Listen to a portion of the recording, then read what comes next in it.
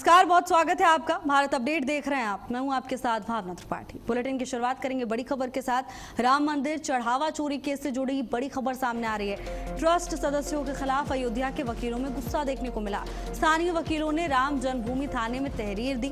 चंपत राय, अनिल मिश्रा, गोपाल राव के खिलाफ तहरीर दी गई है। सीबीआई जांच की मांग कर रहे हैं अयोध्या के वकील। राम मंदिर ट्रस्ट के महासचिव चंपत राय समेत अनिल मिश्रा और गोपाल राव के खिलाफ मुकदमा दर्ज कराने की मांग को लेकर फैजाबाद बार एसोसिएशन के सैकड़ों वकील कचहरी परिसर से थाना रामभूमि के लिए मार्च पर निकले। इस दौरान राम रथ पर पुलिस के साथ धक्का मुक्की हुई। बारकेटिंग भी तोड़ दी गई।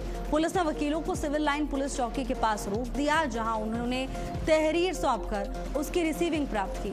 बार एसोसिएशन के अध्यक्ष ने कहा कि आंदोलन समाप्त नहीं है, बल्कि फिलहाल स्थगित किया गया है। चेतावनी दी है कि अगर मुकदमा दर्ज नहीं किया गया तो आने वाले दिनों में बड़े स्तर पर आंदोलन किया जाएगा। ट्रस्ट सदस्यों के खिलाफ अयोध्या के वकीलों में गुस्सा देखने को मिल रहा है। देखिए, इससे पहले खबर सामने आई थी जहां बार एसोसिएशन ने ये कहा था कि जिन लोगों को गिरफ्तार किया गया है, जो 8 लोग अभी तक आरोपी पाए गए हैं, उनका केस कोई भी वकील नहीं लेगा। और अब एक बार फिर से गुस्सा फूटता हुआ दिखाई दे रहा है। अयोध्या के वकीलों का कहना है कि पूरे मामले में सीबीआई जांच करे। 125 नियुक्ति पर जांच एजेंसियों की पूरी नजर है। अलग अलग रिपोर्ट्स में दावा किया गया है। अधिकारियों का क्या कुछ रुख है वो भी आपको बताते हैं। 125 नियुक्तियों संदेह के घेरे में हैं। अलग अलग पदों पर भर्तियां हुई हैं, जिनको लेकर अभी संशय बना हुआ है। रिश्वत के गंभीर आरोप हैं। कथित रूप से पैसे लेकर नौकरियां देने का गंभीर आरोप है। पहले राम मंदिर के पास पानी बेचता था अविनाश शुक्ला पर यह बड़ा खुलासा हुआ है। 2025 में मंदिर ट्रस्ट में आउटसोर्स कैशियर बना। अपने भाई के साथ योग सेंटर में ही अविनाश रहता था।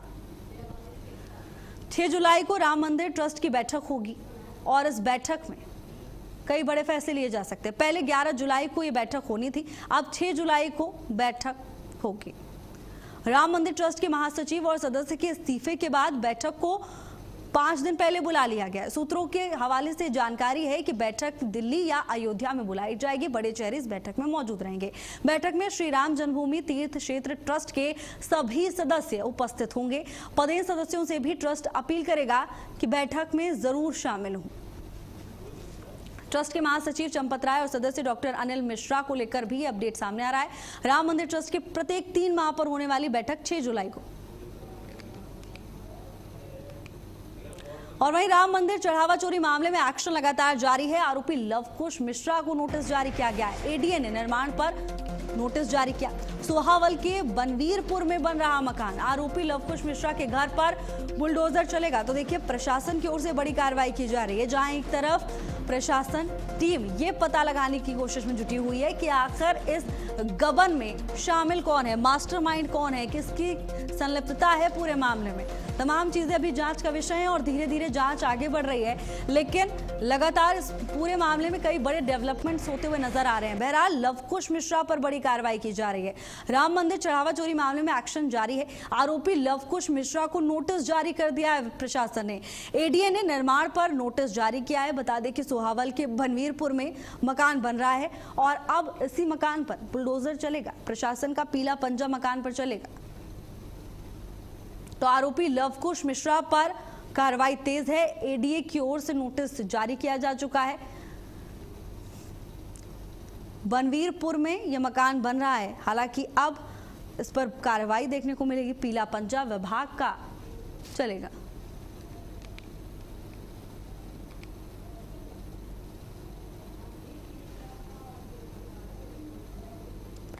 प्रणवीर हमारे साथ जुड़ चुके हैं तमाम जानकारी लेकर। प्रणवीर, एक तरफ पूरे मामले को लेकर जांच चल रही है, दूसरी तरफ अब लवकुश मिश्रा पर ये बड़ी कार्रवाई, क्या जानकारी है पूरे मामले पर? देखिए, जब उत्तर प्रदेश में भारतीय जनता पार्टी की सरकार बनी थी तो उत्तर प्रदेश के मुखिया योगी आदित्यनाथ ने साफ तौर पर कहा था कि अपराधी या तो उत्तर प्रदेश छोड़ करके भाग जाएंगे और या तो दुनिया से चले जाएंगे। अब राम मंदिर जैसी इतनी बड़ी अगर सनातन धर्म की बात करें तो सनातन धर्म के लिए इतना बड़ा मुद्दा, और भारतीय जनता पार्टी की खासकर बात करें तो जिस तरीके से मंदिर निर्माण करने के बाद पुनः उत्तर प्रदेश में पूर्ण बहुमत की सरकार भारतीय जनता पार्टी की बनी और उत्तर प्रदेश के मुखिया योगी आदित्यनाथ दोबारा मुख्यमंत्री बने, 2027 का चुनाव नजदीक है। ऐसे में किसी भी प्रकार से कोई चूक उत्तर प्रदेश के मुखिया योगी आदित्यनाथ नहीं करना चाहते हैं। उन्होंने साफ तौर पर कहा था, SIT का गठन किया था और कहा था साफ तौर पर जैसे ही रिजल्ट आएगा, जैसे ही SIT की रिपोर्ट आएगी, तुरंत कार्रवाई शुरू हो जाएगी। एक के बाद एक रिपोर्ट आ रही है और एक के बाद एक लगातार कार्रवाई देखने को मिल रहा है। अब लगातार जिस तरीके से सूत्रों के हवाले से खबर आ रही है कि आरोपी जो लव कुश मिश्रा है, उनके मकान सब नोटिस अयोध्या डेवलपमेंट अथॉरिटी ने किया है।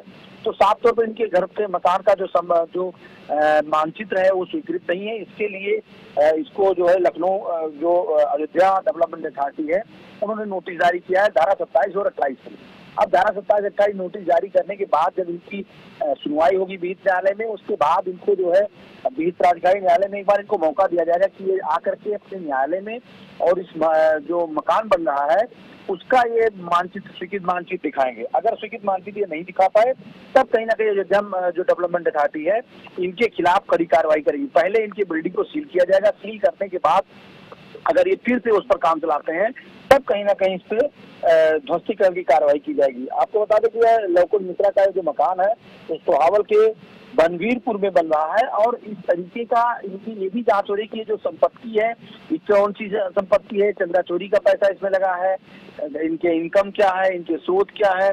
उसके बावजूद अगर इस स्वीकृत मानचित्र और सब तमाम चीजें नहीं दिखा पाए तब कहीं ना कहीं, और उसके बाद एक सबसे बड़ी बात इसमें ये भी होती है कि जब अयोध्या प्राधिकरण इनके मकान को गिराने का नोटिस जारी करेगा तो 15 से 30 दिनों का मोहलत देता है। उसमें भी अभी इतने जल्दी जो है त्वरित कार्रवाई जल्दी होती नहीं, कार्रवाई होगी लेकिन अब इतना जल्दी एक्शन अयोध्या जो डेवलपमेंट अथॉरिटी है जो कि नोटिस जारी किया है उसके बाद इनको इनका पक्ष रखने का समय दिया जाएगा। अगर ये अपना पक्ष नहीं रख पाए, अगर अपना ये स्वीकृत मानचित्र नहीं दिखा पाए अयोध्या डेवलपमेंट अथॉरिटी को, तब कहीं ना कहीं इनके खिलाफ कड़ा एक्शन लिया जाएगा और जो तोड़ने में जो खर्चा आएगा वो भी अनिल मिश्रा से ही वसूला जाएगा।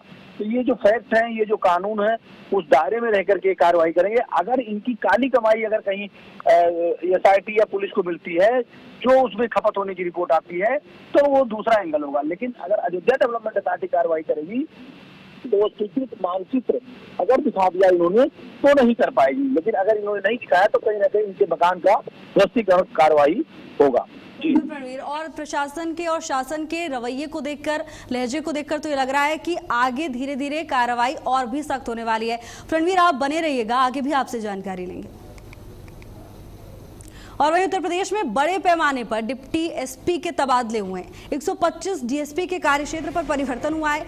यूपी पुलिस मुख्यालय से तबादला आदेश जारी किया जा चुका है। सुनील कुमार सिंह DSP बिजनौर बनाए गए, अरुण कुमार शुक्ला DSP कौशाम्बी बनाए गए, रणवीर सिंह यादव DSP शाहजहांपुर बनाए गए, वीर सिंह DSP बलरामपुर बनाए गए हैं, गंगाराम चौधरी DSP EOW मुख्यालय बनाए गए और अमित प्रताप सिंह को DSP बहराइच की जिम्मेदारी सौंपी गई है। शिव ठाकुर DSP मेरठ बनाए गए हैं, दुष्यंत सिंह DSP LIU प्रयागराज बने, प्रदीप कुमार सिंह DSP LIU कानपुर नगर बनाए गए हैं, जितेंद्र कुमार द्वितीय अब ACP आगरा कमिश्नरेट की जिम्मेदारी निभाएंगे, Mohsin Khan DSP cyber crime मुख्यालय की जिम्मेदारी निभाएंगे और विनय कुमार द्विवेदी को ACP वाराणसी कमिश्नरेट की जिम्मेदारी दी गई है। भास्कर कुमार DSP मुरादाबाद बनाए गए हैं, दुष्यंत कुमार सिंह DSP हाथरस के पद पर कार्यरत नजर आएंगे। सुनील कुमार सिंह को भी जिम्मेदारी नहीं सौंपी गई है। रणवीर हमारे साथ लगातार बने हुए हैं। रणवीर, बड़ा फेरबदल, क्या कुछ जानकारी? निश्चित तौर पे ये जो कार्यवाही है तो जो पुलिस महकमा है उसमें कानून व्यवस्था को मेंटेन रखने के लिए, यानी कि कहीं तो जो इच्छा के अनुसार ट्रांसफर किया जाता है, कहीं कहीं कानून व्यवस्था को बनाए रखने के लिए ये पुलिस तबादला होता है। तबादला नीति के अंतर्गत लगातार समय समय पर तबादले होते रहते हैं। जिस तरीके से तबादले किए गए हैं वो कहीं ना कहीं जो कई ऐसे पुलिस अधिकारी हैं जिनका उस जिले में समय अवधि पूरी हो चुकी थी उनको हटाया गया है, कई लोग ऐसे थे जिनको शिकायत के आधार पर हटाया गया है और कई ऐसे हैं जिन्होंने इच्छा, चूंकि ट्रांसफर नीति में और कानून व्यवस्था बनाए रखने के लिए समय समय पर ये ट्रांसफर जरूरी है, इसी के तहत ये सारे अधिकारियों को ट्रांसफर किया गया है। अगर बात करें लखनऊ के, तो लखनऊ के भी तमाम अधिकारी हटाए गए हैं और शाहजहांपुर से प्रयागराज तमाम लोगों को भेजा गया है। तो जिस तरीके से दुष्यंत सिंह से शाहजहांपुर, उनको ईओडब्ल्यू प्रयागराज बनाया गया है। संजय कुमार सिंह जो प्रयागराज में थे, उनको कानपुर भेजा गया है। तो ये अधिकारियों को कानून व्यवस्था मेंटेन करने के लिए, उत्तर प्रदेश में कानून व्यवस्था का राज कायम करने के लिए लगातार इस तरीके से ट्रांसफर पोस्टिंग समय समय पर पुलिस विभाग में होते रहते हैं। जी बिल्कुल प्रणवीर, धन्यवाद आपका प्रणवीर तमाम जानकारी के लिए। तो यूपी में बड़े पैमाने पर परिवर्तन देखने को मिल रहे हैं। 125 डीएसपी के कार्यक्षेत्र पर परिवर्तन हुआ है। यूपी पुलिस मुख्यालय से तबादला आदेश जारी किया जा चुका है। सुनील कुमार सिंह डीएसपी बिजनौर बनाए गए हैं। अरुण कुमार शुक्ला डीएसपी कौशाम्बी बनाए गए। यूपी में बड़े पैमाने पर एक बार फिर तबादले किए गए।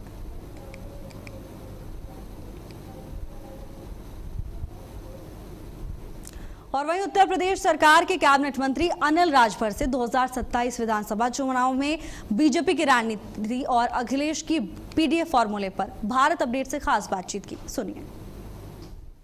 कल सपा प्रमुख अखिलेश यादव का जन्मदिन था। ऐसे में उप मुख्यमंत्री से लेकर तमाम सरकार के लोगों ने उन्होंने जन्मदिन की बधाई की शुभकामनाएं दी।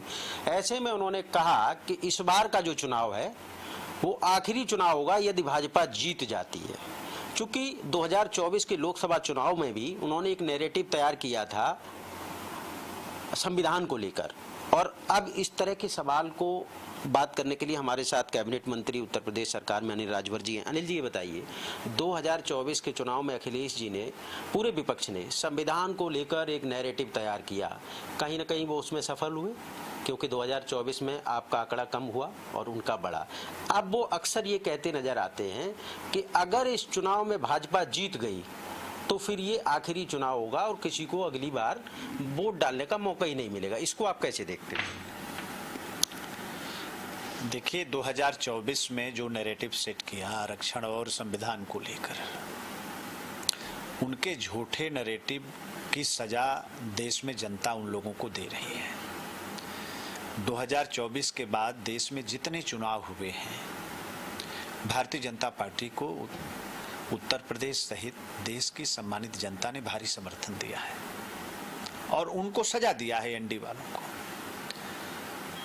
तो अखिलेश जी, काट की हाड़ी बार बार नहीं चढ़ती, बहुत प्रसिद्ध कहावत है। बिल्कुल, ये थे अनिल राजभर जी, जिन्होंने बड़ा बेबाकी से बात की और ये कहा कि चंदा चोरी मामले में चाहे कितना भी बड़ा क्यों न हो, बख्शा नहीं जाएगा अगर दोषी होगा। कैमरामैन के साथ आशुतोष मिश्रा, भारत अपडेट, लखनऊ। लखनऊ में उत्तर प्रदेश कांग्रेस की पॉलिटिकल अफेयर्स कमेटी की महत्वपूर्ण बैठक संपन्न हुई। यूपी कांग्रेस के नए प्रभारी राजेंद्र पाल गौतम की अध्यक्षता में हुई इस पहली बड़ी बैठक में 2027 विधानसभा और पंचायत चुनाव की रणनीति पर विस्तृत मंथन हुआ। प्रदेश कांग्रेस मुख्यालय में आयोजित बैठक में प्रदेश अध्यक्ष अजय राय, धीरज गुर्जर समेत कई वरिष्ठ नेता मौजूद रहे। संगठन विस्तार, चुनावी रोडमैप और खासकर दलित वोट बैंक को साधने की रणनीति पर चर्चा हुई। नए प्रभारी राजेंद्र पाल गौतम आज शाम 4 बजे प्रेस वार्ता कर बैठक के अहम फैसलों और कांग्रेस की आगामी रणनीति से पर्दा उठाएंगे। पॉलिटिकल अफेयर्स कमेटी की महत्वपूर्ण बैठक हुई। बैठक के अहम फैसलों और कांग्रेस की आगामी रणनीति से पर्दा उठाया जाएगा। 2027 के चुनाव को देखते हुए प्रदेश में सियासी हलचल तेज हो गई है। सभी सियासी दल अपनी अपनी रणनीति को मजबूत करने में जुटे हुए हैं और संगठन को धार देने की कवायद तेज है। संगठन विस्तार, चुनावी रोडमैप और खासकर दलित वोट बैंक को साधने की रणनीति पर चर्चा हुई।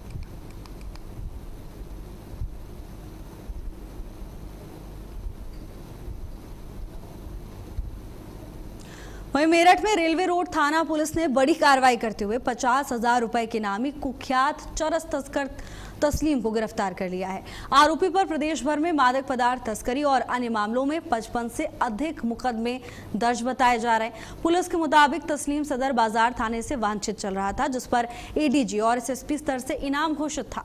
मुखबिर की सूचना के आधार पर पूर्वा इलाही इलाके में दबिश देकर पुलिस ने घेराबंदी की और आरोपी को गिरफ्तार कर लिया है। आरोपी को आज कोर्ट में पेश कर जेल भेजने की कार्रवाई की जा रही है।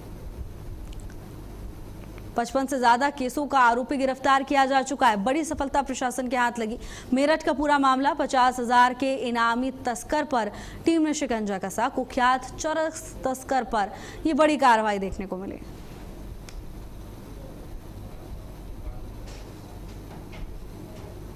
देखिए, तस्लीम जो निवासी मेहताब का है, जो थाना रेलवे रोड क्षेत्र के अंतर्गत आता है, इसके ऊपर अवैध मादक पदार्थ के तस्कर के संबंध में 55 से ज़्यादा मुकदमे दर्ज है और ये हमारे थाना सदर बाजार से बातचीत था। साथ ही में इसके ऊपर एडीजी मेरठ जोन सर के द्वारा 50,000 का इनाम भी किया गया था।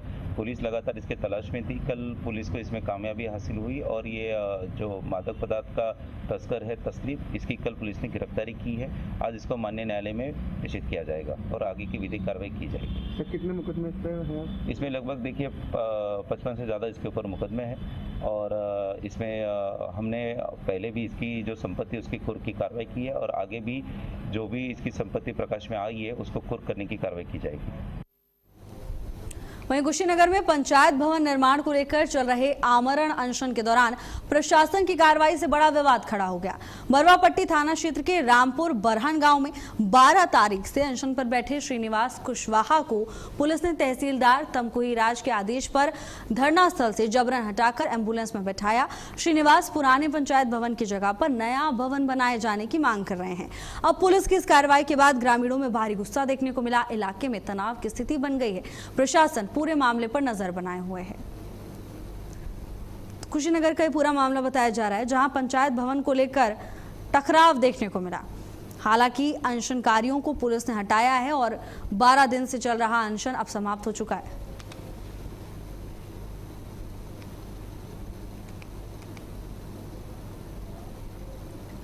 वहीं अमरोहा में पुलिस की त्वरित कार्रवाई से एक बड़ी अनहोनी टल गई। सोशल मीडिया पर सुसाइड पोस्ट की सूचना मिलते ही पुलिस अधीक्षक लखन सिंह यादव के निर्देश में देहात थाना पुलिस और सोशल मीडिया सेल तुरंत सक्रिय हो गई।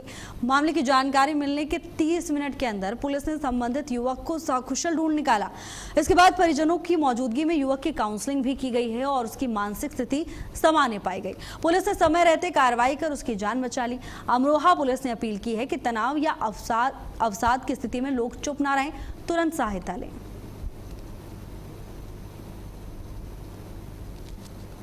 अमरोहा का ये पूरा मामला बताया जा रहा है, जहां पुलिस की सतर्कता से एक बड़ी अनहोनी टल गई।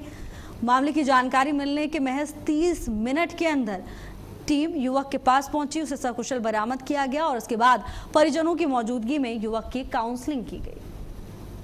और साथ ही प्रशासन ने अपील की है लोगों से कि अगर ऐसी कोई भी स्थिति है जिसमें आप डिप्रेशन, पैनिक या स्ट्रेस फील कर रहे हैं तो लोगों से बात जरूर करें, शांत ना रहें।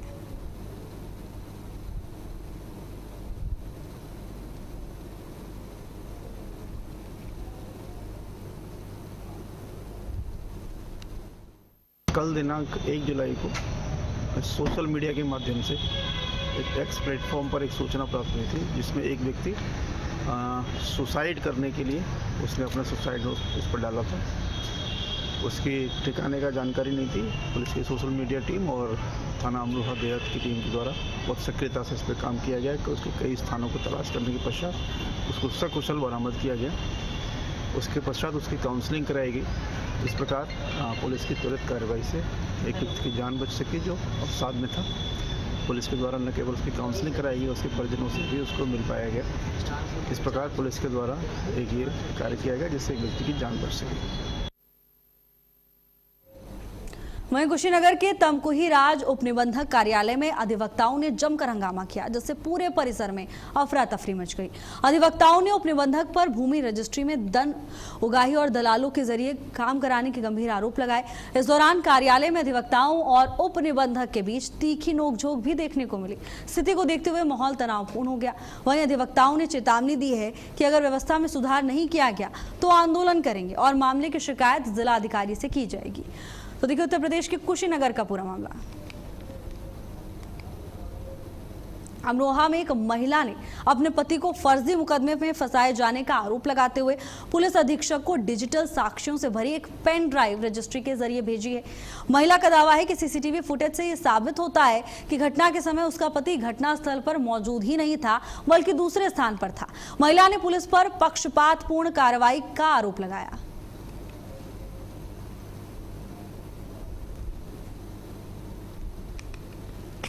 मेरे भैया के खिलाफ, मनोज कुमार के खिलाफ एक जो है मुकदमा लिखवाई झूठा करके 20 तारीख और 6 महीने की बात बताई है, जिसमें घटना का समय 4:30 बजे बताया है। उस टाइम पर मेरे भैया जो मेरे बुआ के यहाँ जा रहे थे ककरवा मिले, जो जहाँ पर जो है जिस टाइम उन्होंने घटना का समय बताया है उसी टाइम पर 4:28 पर वो शायद नगली सीसीटीवी कैमरे में अवेलेबल है, और उसी लिए हमने जो पत्र लिखा है उनको जो हमने ये वीडियो जो सीसीटीवी है हमने एसपी साहब के यहाँ भेजी है, और हम चाहते हैं कि इस मामले की निष्पक्ष जांच हो और जो भी इसमें दोषी पाया जाए उस पर कड़ी से कड़ी कार्रवाई की जाए। गाजियाबाद के क्रॉसिंग रिपब्लिक थाना क्षेत्र में एक युवक की चाकू से हत्या के बाद इलाके में तनाव और आक्रोश का माहौल है। मृतक मोहित पर तेजधार हथियार से हमला किया गया, जिसके बाद उसकी मौत हो गई।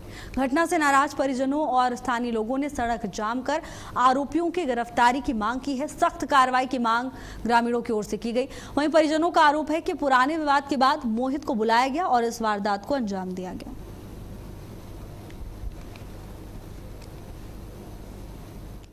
अभी 2-3 महीना पहले इस गौरव ने पीछे क्रॉसिंग के बराबर में एक दुकान वाले को चक्कू मारी थी। उस चक्कू के उसमें वो जेल चला गया था। वहाँ से इसका कुछ नहीं बिगड़ा, फिर ये छूट के आ गया वही 1 महीना में। ये गौरव नाम का जो आदमी है ये कहाँ रहता है? ये रहता है आपके ये क्रॉसिंग के पीछे, इसमें क्या कहते हैं इसे सेन बिहार में। इसके भैया का नाम विपुल शर्मा है। तो आपके लड़के की और गौरव की मुलाकात कैसे हुई थी? कहाँ मिले थे ये लोग? ये लड़का यहीं रहता है, देख के यहाँ आता जाता है।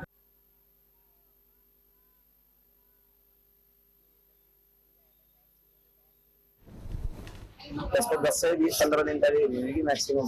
उसके बाद इनका आपस में कॉम्प्रोमाइज हो गया था, कोई लड़ाई झगड़ा नहीं थी, दोस्ती हो गई थी, लेकिन इन्होंने रंजिश बनाई थी जिसे बाहर ले जाकर के मारने की। बाहर ये लेकर गए थे खाटू श्याम पैलेस को, वहाँ ये सक्सेस नहीं हो पाई थी। फिर उसके बाद ही अगले दिन नेक्स्ट जब ये खाटू श्याम से आए थे, नेक्स्ट डे ये तुरंत ही क्या कहते हैं हरिद्वार चले गए। हरिद्वार में ये सक्सेस नहीं हो पाए। हरिद्वार से आने के 2 दिन बाद इन्होंने बर्थडे के बहाने मेरे भाई को अपने घर पर बुलाया और उसे पिला करके जबरदस्ती पिला करके और उसके चाकू भोंका गया। ये था कि इनका आपस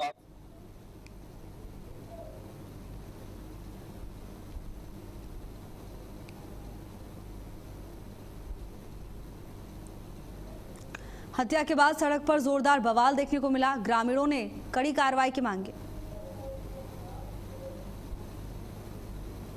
और वहीं पंजाब के वित्त मंत्री हरपाल सिंह चीमा पंजाब भवन में पुलिसकर्मियों को संबोधित कर रहे हैं। क्या कह रहे हैं सुनिए। पंजाब की उन्नति ਨਾਲ ਸੰਬੰਧਿਤ ਸੀ ਉਹ ਮੈਂ ਸਮਝਦਾ ਪਾਸ ਕੀਤੇ ਗਏ, ਜਿਨ੍ਹਾਂ ਵਿੱਚੋਂ ਪ੍ਰਮੁੱਖ ਜਿਹੜੇ ਏਜੰਡੇ ਸੀਗੇ। ਸਭ ਤੋਂ ਪਹਿਲਾਂ ਤੁਹਾਨੂੰ ਪਤਾਗਾ ਕਿ ਦੇਸ਼ ਜਾਂ ਪੰਜਾਬ ਸਟੇਟ ਦੀ ਗੱਲ ਕਰੀਏ ਤਾਂ ਸਪੈਸ਼ਲ ਇੰਟੈਂਸਿਵ ਰਿਵੀਜ਼ਨ ਜਿਹੜੀ ਆ ਪੰਜਾਬ 'ਚ ਹੋ ਰਹੀ ਆ, ਯਾਨੀ ਕਿ ਵੋਟਰ ਸੂਚੀਆਂ ਦੀ ਸੁਧਾਈ ਦਾ ਕੰਮ ਜਿਹੜਾ ਇਲੈਕਸ਼ਨ ਕਮਿਸ਼ਨ ਨੇ ਕਰ ਰਿਹਾਗਾ और भारतीय जनता पार्टी की केंद्र सरकार कर रही है। ਉਹਦੇ ਵਿੱਚ बहुत सारिया मैं समझदा सर्टिफिकेटां दी, बहुत सारे डॉक्यूमेंट्स दी जिहड़ी आ वो आम नागरिकां नूं जरूरत आ, खास करके चाहे वो पिंडां दे ने चाहे शहरां दे नेगे, हर एक नागरिक नूं बहुत सारे डॉक्यूमेंट जिहड़े नेगे वो जिहड़ा भी BLO आ या कंसर्नड ऑफिसर आगा ਉਹਦੇ ਕੋਲੇ पेश करने नेगे। सो मैं समझदा एक बहुत बड़ा प्रोसैस स्टार्ट होया जिहदे विच नागरिकां नूं अपने रहायसी सर्टिफिकेट, अपने कास्ट के सर्टिफिकेट, अपने जन्म के सर्टिफिकेट, अपनी एजुकेशन के सर्टिफिकेट, ये जिहड़े लोड़ींदे सबूत नेगे जेकर कोई डिपार्टमेंट वालों या SIR वालों या BLO वालों कहा जाता कि डॉक्यूमेंट दिओ तो बहुत बड़ी मैं समझदा गिणती है डॉक्यूमेंट की, तो उन्होंने बनाउण दे लई बहुत समा भी लगदा गा ते बहुत पैसा भी जिहड़ा वो लगदा गा। सरकार वालों लगभग पहला ही जिहड़ियां 120 डोर स्टैप डिलीवरी पंजाब शुरू की गई है, जिन्हां दी फीस 70 रुपए ले जाती सीगी अते इसे तरह बाकी जिहड़े ने उन्हां दी 50 रुपए ले जाती सीगी।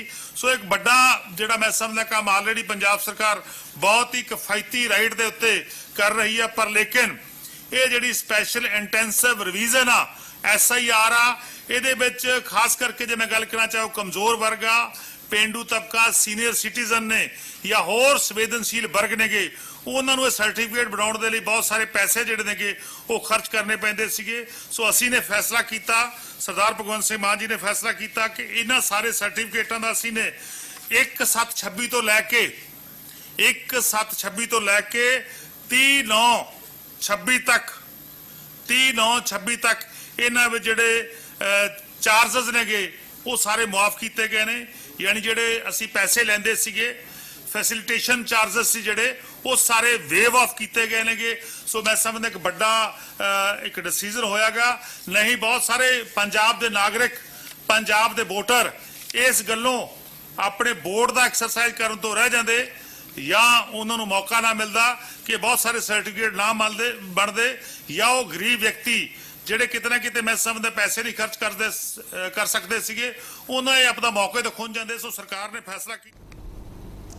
तो पंजाब के वित्त मंत्री हरपाल सिंह चीमा को सुन रहे थे आप। फिलहाल के इस खास बुलेटिन में मेरे साथ बस इतना ही। देश और दुनिया की तमाम बड़ी खबरों के लिए देखते रहिए भारत अपडेट। नमस्कार।